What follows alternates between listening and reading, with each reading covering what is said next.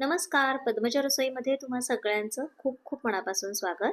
आज आपण थंडगार, पित्तनाशक आणि आरोग्यदायी अशी मालवणी पद्धतीने तयार केलेली सोलकढी कशी करायची ते बघणार आहोत. आता उन्हाळ्यामध्ये बऱ्याचदा भूक मंदावते किंवा अन्नाचं पचन नीट होत नाही. अशा वेळी सोलकढी पिल्याने अपचन आणि गॅसचा त्रास सुद्धा कमी होतो आणि शरीरातील पचन सुद्धा सुधारतं. मालवण किंवा गोवा साईडला तुम्ही खूपदा शाकाहारी आणि मांसाहारी जेवणामध्ये ही सोलकढी नक्की पिली असेल. ही सोलकढी अगदी सोप्या पद्धतीने आणि टेस्टी कशी बनवायची ते आज आपण बघणार आहोत. चला तर मग वेळ न घालवता आपण रेसिपीला सुरुवात करूया. सोलकढी करताना आपल्याला इथे ओल्याच नारळाचा वापर करायचा आहे. इथे मी एक नारळ फोडून घेतलाय आणि त्याचे बारीक बारीक तुकडे तयार करून घेतलेत. आता मिक्सरच्या भांड्यामध्ये आपण हे बारीक तयार करून घेतलेले नारळाचे तुकडे घालून घेऊया. नारळ तुम्ही खाऊन घेतलात किंवा असं बारीक तुकड्यांमध्ये कट करून घेतलात तरी चालेल.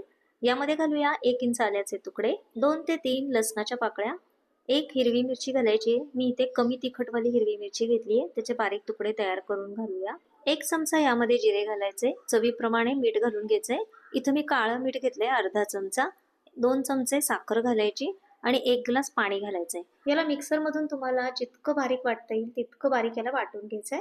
आता सगळं वाटण वाटून घेतलं. आता एका बाउल मध्ये एक मलमलचा कपडा घ्यायचा, त्यावरती हे खोबऱ्याचं जे वाटण वाटलेलं आहे ते घालायचंय आणि याला आपल्याला गाळून घ्यायचंय. हा कपडा आपल्याला घट्ट पिळून ह्याच्यातील नारळाचं दूध काढून घ्यायचंय आणि ह्या दुधापासूनच आपण सोलकढी तयार करणार आहोत.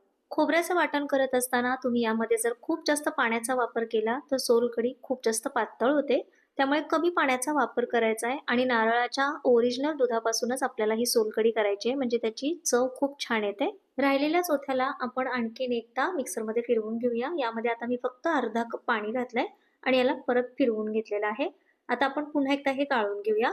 तर एका नारळासाठी मी फक्त इथं 1.5 ग्लास पाणी वापरलेलं आहे. 2 पेक्षा जास्त वेळा आपल्याला नारळाचं दूध काढायचं नाहीये. आता राहिलेला जो चोथा आहे त्या चोथ्याचा तुम्ही वापर वाटणासाठी करू शकता किंवा एखाद्या भाजीमध्ये सुद्धा हे तुम्ही खोबरं वापरू शकता. यामध्ये मी घालतेय 1 मोठा चमचा कोकम आगळ. आता कोकम आगळ जर तुमच्याकडे नसेल तर तुम्ही कोकम पाण्यामध्ये भिजवून सुद्धा त्याचा आगळ तयार करू शकता. वरून थोडीशी कोथिंबीर घालूया आणि याला मिक्स करून घेऊया.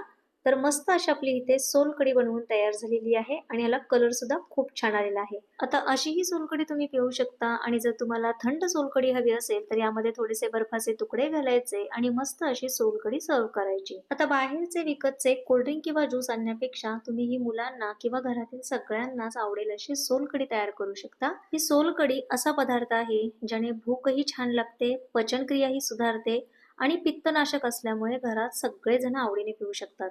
रेसिपी तुम्हाला कशी वाटली मला कमेंट्स करून नक्की सांगा. चॅनलवरती जर माझ्या तुम्ही नवीन असाल आणि अजूनही तुम्ही मला सबस्क्राईब केलेलं नसेल तर चॅनलला नक्की सबस्क्राईब करा आणि ही रेसिपी तुमच्या मित्रमैत्रिणींसोबत नक्की शेअर करा. पुन्हा भेटूया अशाच एका छानशा नवीन रेसिपी सोबत. धन्यवाद.